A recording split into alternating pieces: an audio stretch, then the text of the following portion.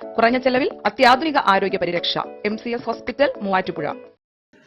3000-ഓളം വർഷം പഴക്കമുള്ള പണ്ടപ്പള്ളി തോട്ടക്കര ശ്രീ മഹാദേവ ക്ഷേത്രത്തിൽ അതിവിശിഷ്ടമായ ധ്വജപ്രതിഷ്ഠയും ധ്വജോത്സവവും നടന്നു. വൈക്കം പുഷ്പദാസ് തന്ത്രിയുടെ മുഖ്യ കാർമ്മികത്വത്തിലാണ് ചടങ്ങുകൾ നടന്നത്.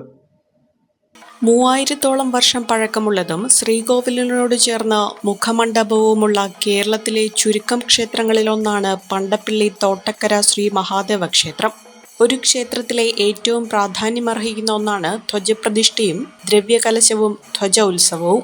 ഈ മഹത് കർമ്മങ്ങൾക്ക് സാക്ഷ്യം വഹിക്കുവാൻ നിരവധി ഭക്തരാണ് ക്ഷേത്രത്തിലെത്തിയത്.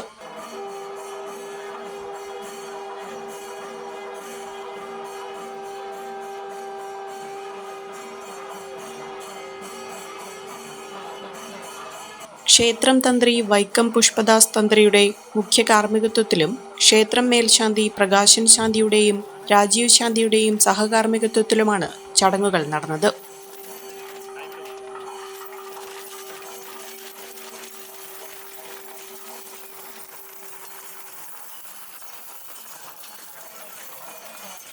ഫസ്റ്റ് അറ്റംപ്റ്റിൽ തന്നെ എനിക്ക് OET സ്കോർ ചെയ്യാൻ പറ്റി. ഈ അക്കാഡമി ചൂസ് ചെയ്തിട്ട് എനിക്ക് ഭയങ്കര സന്തോഷമുണ്ട്. ഇത് അനേകായിരം നഴ്സിംഗ് വിദ്യാർത്ഥികളുടെ വിജയാനുഭവം.